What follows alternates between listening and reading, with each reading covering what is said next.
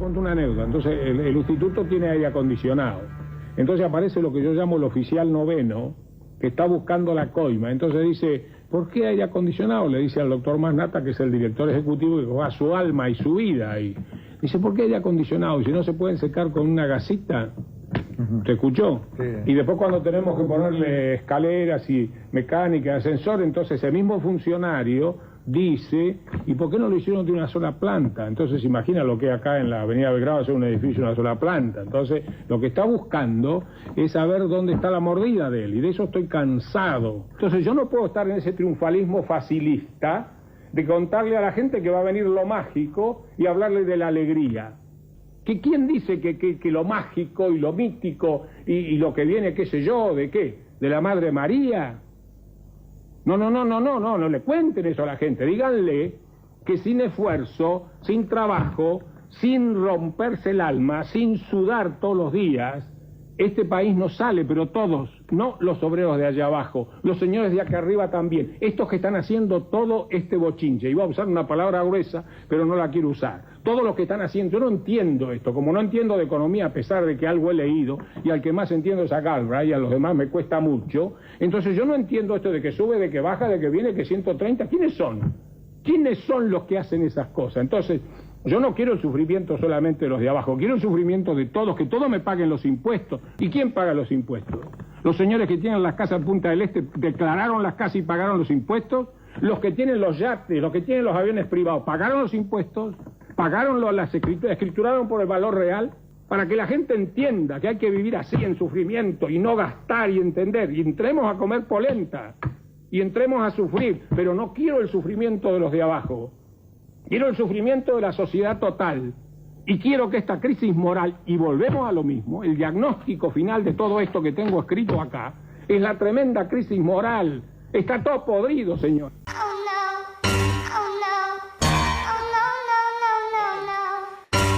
Lamentablemente la Argentina es un país circular en donde, volvemos a poner, donde todo se recicla, donde todo tiene vigencia. Lo veías a Favaloro, sin ir más lejos, reflexionar o hacer una reflexión que si yo te saco, obviamente el rostro, incluso lo veías a Neustadt, si yo te saco el nombre propio y solo te quedás con la reflexión, tranquilamente tiene vigencia hoy. Pero es del año 89, una vigencia en donde contaba cómo en la inauguración de distintas partes de la clínica, un extravagante funcionario hacía notar algunas situaciones como si fuesen casi un lujo. Aire acondicionado en un quirófano, ¿te suena de los últimos días? Un lujo para coimear. Y esa es una Argentina circular donde tristemente todo tiene vigencia. Donde Gabriela Cerruti, como veías al comienzo del programa, vuelve una vez más sobre la construcción casi psicológica o mental del estado del desánimo, que según ella, vocera presidencial, motoriza la oposición y también algunos medios de comunicación, cuando no los periodistas, ¿no? Como si los periodistas en realidad no comunicáramos, por ejemplo, las estadísticas del INDEC. Estadísticas que son números, lo único que hacemos es comunicar, no las elaboramos nosotros. Gabriela Cerruti hoy, sin embargo, vuelve con este argumento que en realidad lo inauguró en esta temporada de no hagamos cuenta de que no ocurre el presidente Alberto Fernández cuando habló de la inflación autoconstruida. Es una percepción. Casi suena a la sensación de inseguridad de otras viejas épocas. Por eso decimos que la Argentina es circular y que todo se recicla y que lamentablemente el valor de las denuncias, el valor de aquel que ha dado su vida en pos de un país mejor, sigue teniendo vigencia esa denuncia, con lo cual uno se pregunta si valió la pena. UNICEF, nada de autoconstrucción, ¿no? UNICEF creo que nadie puede, que yo sepa, desestimar la veracidad de sus datos, la inteligencia de su trabajo. Pues bien, comunicó la situación social, del mapa social de los niños, la situación infantil en Argentina, en donde 2 de cada 3 chicos son pobres. En Argentina, el 66% de los niños no tiene educación, no tiene baño, no tiene agua, no tiene vivienda, no tienen protección socioambiental. Son 8,8 millones de niños que no tienen nada de eso, con lo cual no pueden trazar una expectativa a futuro. Autoconstrucción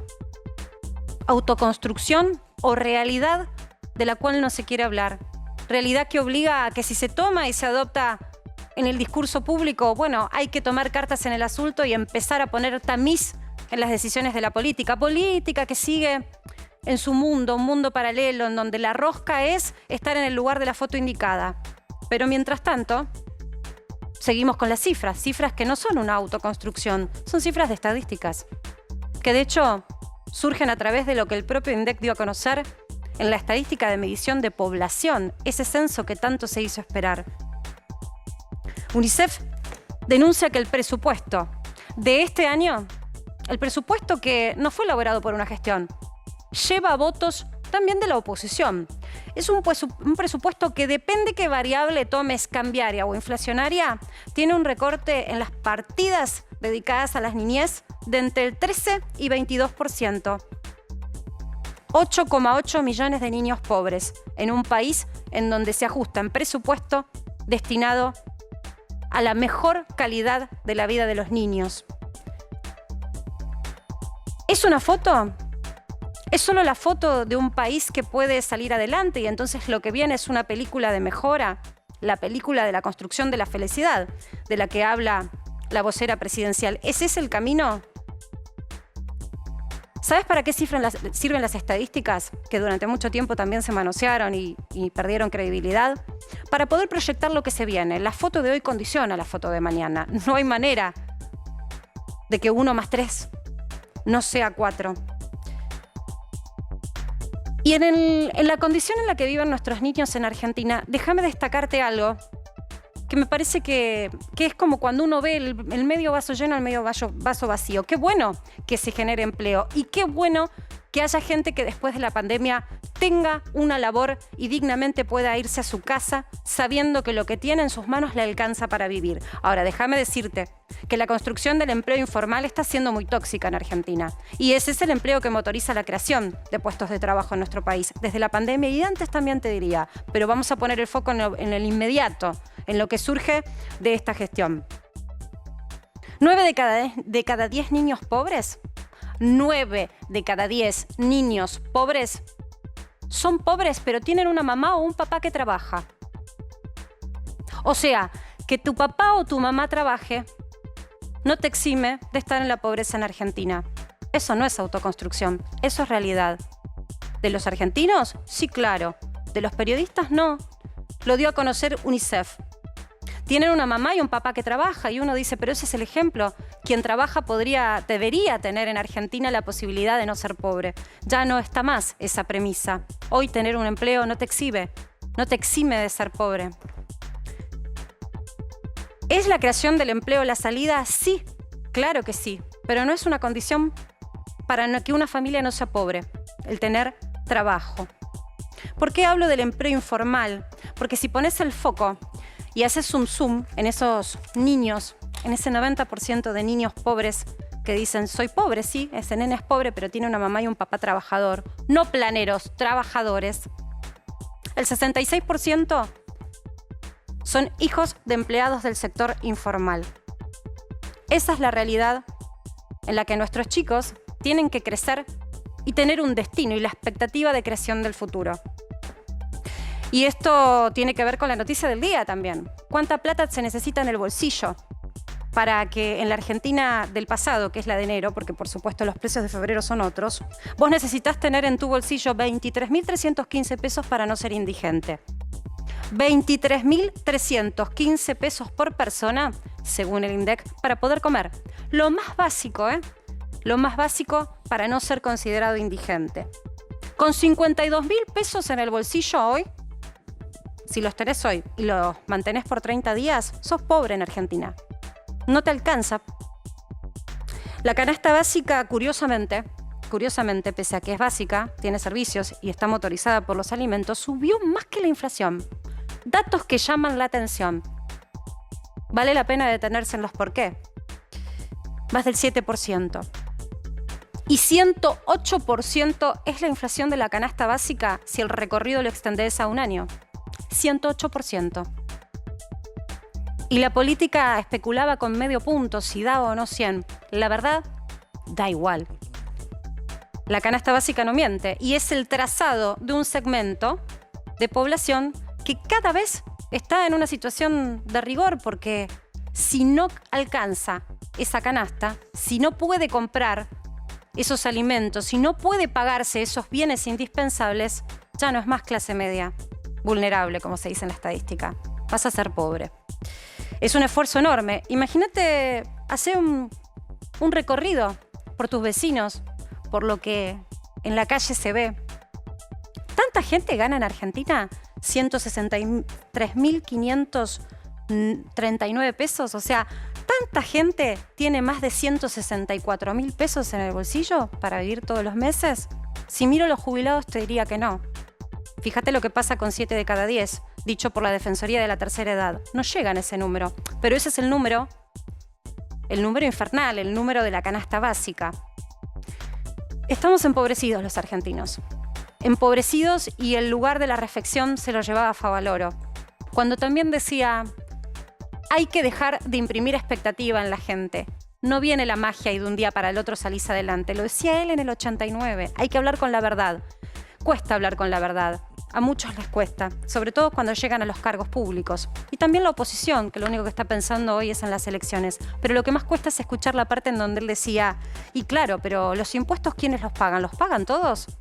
Hablaba y daba el ejemplo de los que tienen yates en Punta del Este. ¿O los pagan siempre los mismos? Los de las clases trabajadoras. Por caso hoy, Flor de Lío se armó en uno de los gremios más fuertes, la bancaria, porque no aceptan las condiciones. Dice, y sí, si sigue esta inercia inflacionaria, cada vez más gente tiene menos dinero en el bolsillo porque se los come el impuesto a las ganancias. Seguimos discutiendo cosas que se supone es sentido común. ¿De qué ganancia me hablas? Es un ingreso que en definitiva cada vez te alcanza para menos. Abro el juego a la mesa que está con nosotros ya y es uno de los temas del día, sin dudas, la canasta básica. La canasta básica que es la inflación y el reflejo de lo que viene. No. ¿Preocupación o no hay preocupación en el gobierno por estos números? Obviamente que sí, cuando uno mira además lo que son los números interanuales de esto que acaba de publicar el INDEC, porque la canasta básica alimentaria aumentó 7,2%, estamos hablando por encima de la inflación, digamos, de lo que fue el último mes, del índice promedio. Y la canasta básica total también 7,2%. Pero mirá lo que son los números interanuales. 109,8% la canasta básica alimentaria, es decir, los alimentos, y 108% la canasta básica total. Digo, cuando uno mira el número global, es mucho más fuerte que cuando uno dice el parcial, bueno, 7,2%. Estamos habituados a inflaciones altas, pero fíjate cuando miramos, habíamos dicho hace un mes, habíamos dicho, el gobierno zafó de tener que informar una inflación de 3 dígitos, bueno, en alimentos no lo está zafando. Lo que te demuestra también que todo lo que se acuerda para no aumentar hoy, si en el pacto común, si en la convención social es la construcción de que va a haber más inflación, lo que no aumenta hoy porque pactas que no aumente, tarde o temprano aumenta. ¿Vos viste el comienzo del programa? 4% la remarcación en combustibles. Sí. Claro, las petroleras dicen, pero veníamos congelados en función de la remarcación del resto de los precios. Es real, es verdad. Más el componente impositivo, más el componente del dólar. Sin embargo, para vos y para tu bolsillo, llenar el tanque cada vez es más oneroso. Te quiero aportar un dato más que hoy se conoció, no es tan impactante como el de la canasta básica, pero hoy también se conoció el índice de precios mayorista. Es bastante impactante. Que no es el índice de precios del que consumimos nosotros, pero en algún punto refleja, si los mayoristas aumentaron, refleja lo que puede pasar el mes siguiente. Y dio 6,5. A ver, lo que te está contando Wino es lo siguiente. ¿Cómo es el comercio? No es ninguna ciencia. El comercio es el minorista, que es el comerciante del punto de cercanía, generalmente va al mayorista. El mayorista que puede ser esos supermercados que vos también conocés, grandes, en donde compras por cantidad. Ese mayorista le vende a un minorista. Hay una diferencia de días y de tiempo. Entonces, cuando le vende al mayorista, hasta que ese minorista llega y pone en góndola el stock de esa mercadería, probablemente puedan pasar 10 días. Por eso, cuando se habla de la inflación mayorista, y es el número del INDEC, insisto, estadística oficial, se está hablando de la inflación probablemente de la quincena que siga.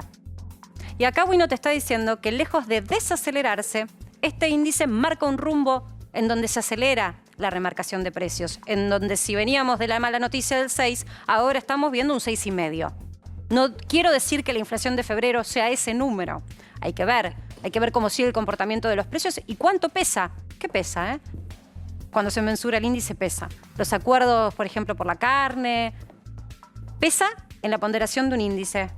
Más no en la expectativa, claramente no están pudiendo frenar la expectativa de inflación. Te aporto 2 datitos más. Primero, en instantes va a anunciar el ministro de Economía la ampliación de lo que es la cobertura por asignaciones familiares. Marca una preocupación. Precios que aumentan, de alguna manera hay que compensarlo. Aumentan las asignaciones familiares, aumenta el gasto.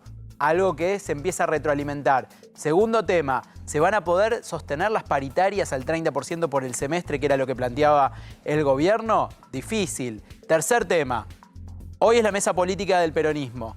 ¿Qué pidió el kirchnerismo que esté en la mesa, además de la CGT, los representantes de la CGT, Cristina? Como representantes propios del kirchnerismo? Metió a Abel Furlan, secretario general de la UOM, el sindicato industrial más importante del país. Pero van a hablar de Cristina. Y Sergio de Palazzo. la situación judicial. Y Sergio Palazzo, el titular del gremio de los bancarios. Hoy se reveló y salió y dijo, yo no firmo esto, la paritaria tiene que mejorarse por encima de la inflación y tenemos que hablar del impuesto a las ganancias, porque si no modifican la sala, muchachos, más gente paga. Más allá de la cuestión política, Cristina, proscripta, no proscripta, lo que sea, también te está marcando la pauta de un sector del gobierno que está pidiendo qué pasa con los trabajadores en este momento. Le está pidiendo al propio gobierno a ver cómo redistribuimos el ingreso. Un problema para el programa económico que se está desempeñando en este redistribución del ingreso que ayer te contábamos. No voy a ir a los sofisticados, solamente con mirar, digo, pues hicieron tantos trabajos y tratos para que no aumenten las cosas. El INDEC dio a conocer ayer un listado enorme. Yo ya lo tengo varias veces impreso. Pan y cereales aumentaron en un año un 111%. Menos mal que le habíamos declarado la guerra a la inflación, a los precios, y había un fideicomiso para morigerar la suba de precios. Menos mal, como hubiera sido, ¿no? Producto de la guerra Rusia-Ucrania, pero acá 111. Carnes y derivados. Y acá es donde yo te digo, ojo, mira qué peligroso. Si todo aumenta al 100, yo te digo, esto te aumentó un 66%, y decís, ay, no aumentó tanto, pero aumentó un 66%.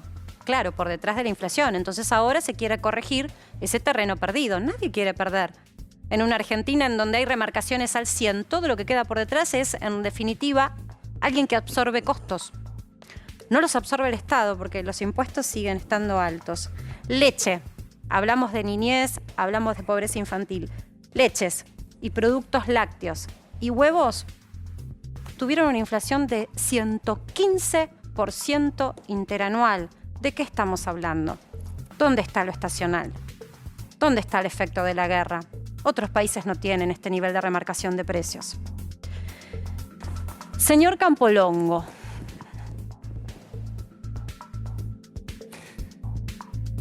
Rápidamente. No sé cómo se va a salir de esto. Punto 1. Con toda sinceridad y honestidad intelectual. Los que lo quieren reducir a una cuestión macroeconómica se equivocan. Lo que está ausente es un proyecto de país. Para un proyecto de país hay que esperar las nuevas elecciones. ¿Qué vamos a hacer todos estos meses? ¿A qué nos debemos atender? ¿Una oposición también? Perdón, ¿cómo no? ¿Ya sabemos? Están preocupados por la rosca política, las fotos, si sale uno de un lado, del otro, te subo a la mesa, te saco de la mesa, que digan algo de Cristina, que venga Mauricio, no que no venga, vamos nosotros al sur. Eso es. Nada, pero eso es circo. Ah, bueno. ¿De acá a agosto? No sé, ¿ustedes tienen expectativa de otra cosa? No, es que yo creo que más allá de que no creo en las explosiones, ni las deseo, sí creo en la degradación y en la implosión, que después va a costar cada vez más levantar. Entonces, tenés una oposición que actuó de alguna manera en su documento, la gente de Cambiemos, con la misma actitud que tuvo antes de la asunción de Carlos Menem, lo del dólar recontra alto, ¿te acordás? Sí. Bueno, están jugando con fuego de un lado y del otro en vez de tener madurez. Entonces, vuelvo a lo que me dijiste. ¿Cómo aguantamos? ¿Qué sentiste cuando viste a Favaloro? Yo te mostré un recorte del año 89 Sí, y uno lo conozco perfectamente. Y uno querría ver en ese reportaje algo que tiene que ver con el pasado, con una historia que no fue. Y sin embargo, insisto, cada palabra y cada reflexión y hasta su enojo tiene vigencia. Un médico de campo, y que conservó siempre la humildad y la vocación de servicio y de integración. Él cita a un economista que justamente no es de los, llamémosle, ortodoxos que creen que todo pasa por un ajuste o solamente la cuestión de emitir y se terminó el problema. El problema es mucho más complejo, mucho más complejo. Y también recuerdo que se suicida porque, y lo voy a decir, en el momento en que estaba una intervención en el ANSES, en la que estaba Rodríguez Larreta, la que fue, y dos personas más, Felgueras y la que estuvo en la provincia de Buenos Aires. Él le pisaban el expediente, tenía una deuda multimillonaria. Yo no quiero simplificar, soy psicólogo y tengo que tener respeto con eso, no quiero simplificar que la relación casuística de eso y su suicidio es lineal.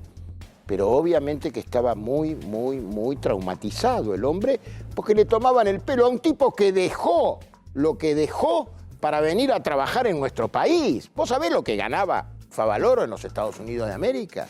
Y bueno, entonces... Le voy a dar la bienvenida al doctor Gabriel Lapman, porque vamos a estar abordando distintos temas que tienen que ver con la salud, pero a mí me parece que qué mejor que un médico joven, hijo también de una familia de médicos. ¿Qué te pasó, Gabriel? Querido, buenas noches por estar en Para que Sepas, cuando veías a Favaloro en imagen, reclamando un poco lo que cualquiera podría estar reclamando hoy, en el 89, pero con vigencia actual. Y bueno, indignación, la misma indignación que sentimos los médicos ahora mismo también. Pasó la pandemia, colegas fallecidos, enfermeros fallecidos, trabajando de troche a moche y nunca tuvimos ningún tipo de valoración. Lamentablemente la medicina no fue valorada y no es muy valorada en la Argentina. De hecho vemos incluso, creo que ayer salió una noticia de que entraron una guardia o un sanatorio, salió a la mañana y que rompieron todo porque... El hospital de José Cepaz. Bueno, sí, Lili. Eso es algo que vivimos permanentemente. Yo trabajé 14 años en hospitales públicos y la violencia a los médicos es muy frecuente. Y lo que expresa Favaloro después de tantos años de trabajo y haber inventado la cirugía de bypass, que ha salvado millones de vidas. Porque no estoy hablando de una vida, un caso especial, millones de vidas en toda la historia.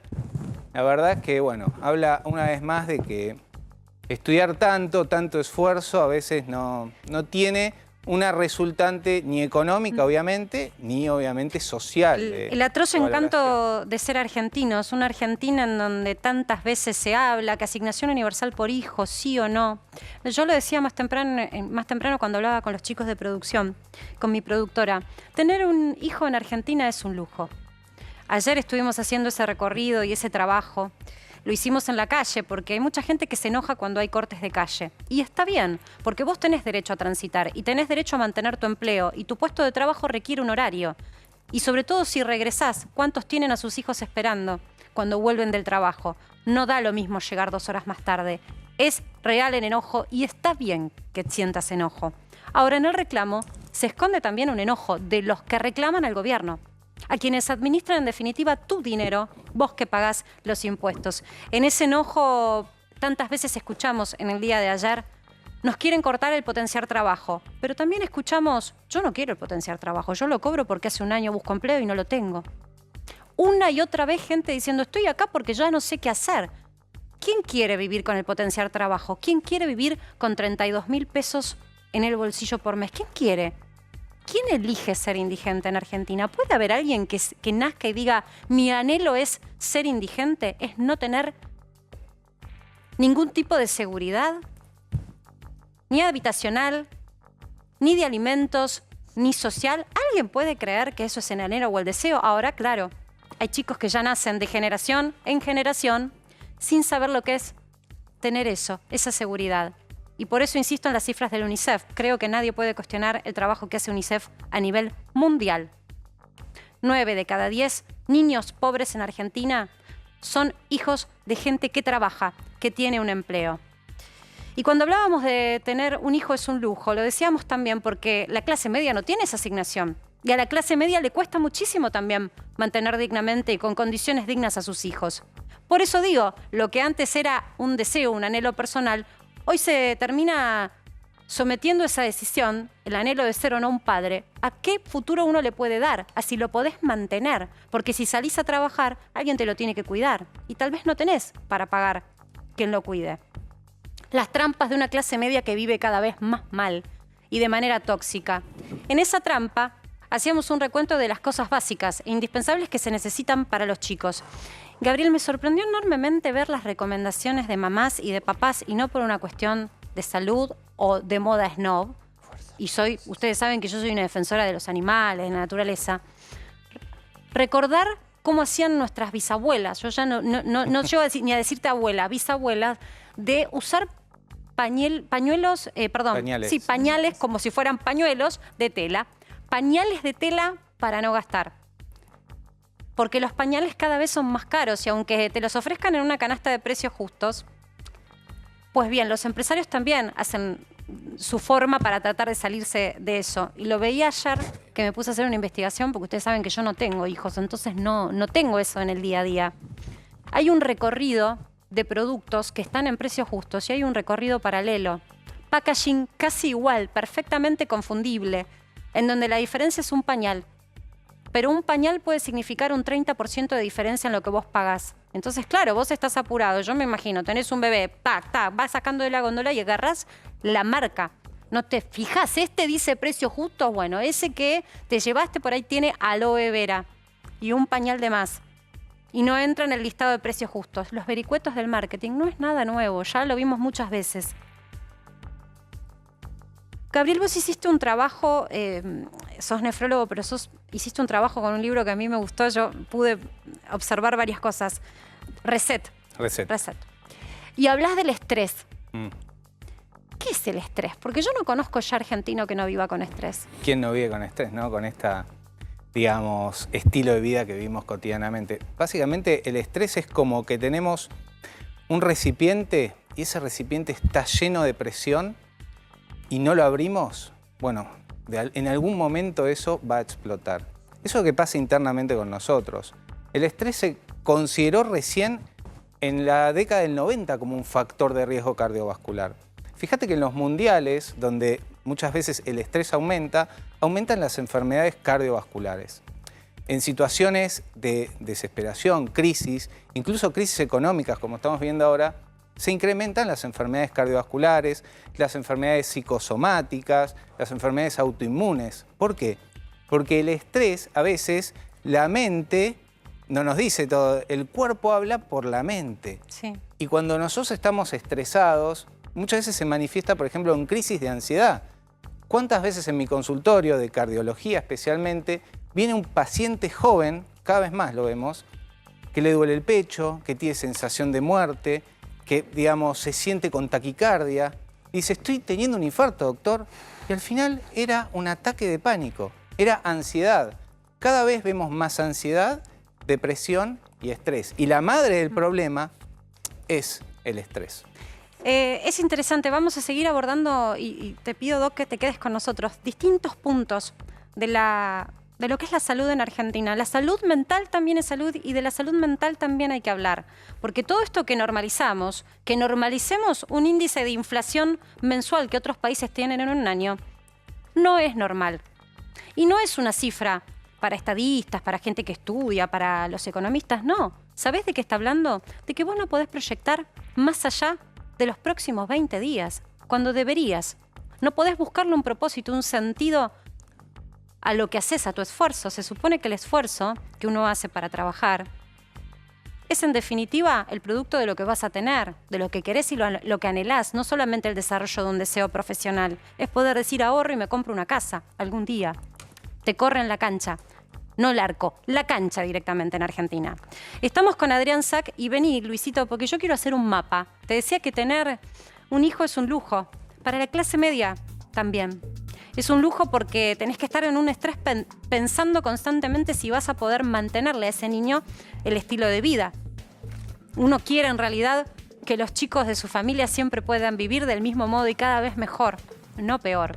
Tener pañales es todo un trabajo para el argentino. Está bien, pero la producción elaboró este mapa que da un resultado que no era el que esperábamos. A ver, no es tan caro. Claro, este es el índice pañal, así lo apodamos. Claro, porque todo surge a partir de tu curiosidad con el tema pañal, a ver si se podía hacer algo parecido al Big Mac. ¿Sabes por qué? Porque al índice Big Mac. me sorprendió la inflación de papel. O sea, la inflación de todo lo que es papel y derivado de algodón en Argentina es altísimo. Porque vos comentaste que los pañales eran el 200%, sí, creo. según el INDEC. Toda cifra oficial. Entonces, por lo que se ve, estaban muy retrasados a nivel internacional los precios de los pañales. Son pañales de una multinacional, es decir, es el mismo producto, con la misma marca, vendidos con un packaging en Argentina. Tal vez está la trampita del packaging que vos decías más temprano. Está. Bueno, te lo afirmo porque lo he visto. Tal vez acá está eso, porque fíjate que el equivalente en Estados Unidos vale 185 pesos, el equivalente a 185 pesos por unidad. ¿Sabes por qué te lo mostramos en pesos? Porque también no queremos profundizar la enfermedad de tener que pensar en dólares. Porque vos ganás en pesos. Así que acostumbrate a que lo que tenés, si vale menos o no, es lo que tenés. Lo dolarizamos al tipo de cambio contado con liqui, que es el libre de la Bolsa de Comercio, ilegal, para que nadie se moleste. Los más Por lo caros pronto esto dio. En Uruguay, le sigue Brasil, le sigue Estados Unidos, después Brasil, de los países que comparamos. Paraguay, increíblemente barato, comparativamente con, tal vez sea una cuestión de libre comercio, vaya a saber, Paraguay, viste que tiene temas arancelarios y aduaneros muy diferentes, livianos. Muy libres, muy livianos. Y la Argentina 101. Ahora, si aumentaron el 200%, en un año, es decir, hace un año valían 30 pesos. Con lo cual tu conclusión es que esto tiene que ver, gracias Luis, tu conclusión es que esto tiene que ver con la inflación que se retrasa, esa inflación que decís, bueno, hoy no, el mes que viene tampoco, Luis, hagamos un acuerdo, dale, nos ponemos de acuerdo juntos, nos agarramos la mano, dale, no miramos la inflación durante 3 meses y después pasa. Estaban reprimidos con precios justos, precios máximos, precios... A ver...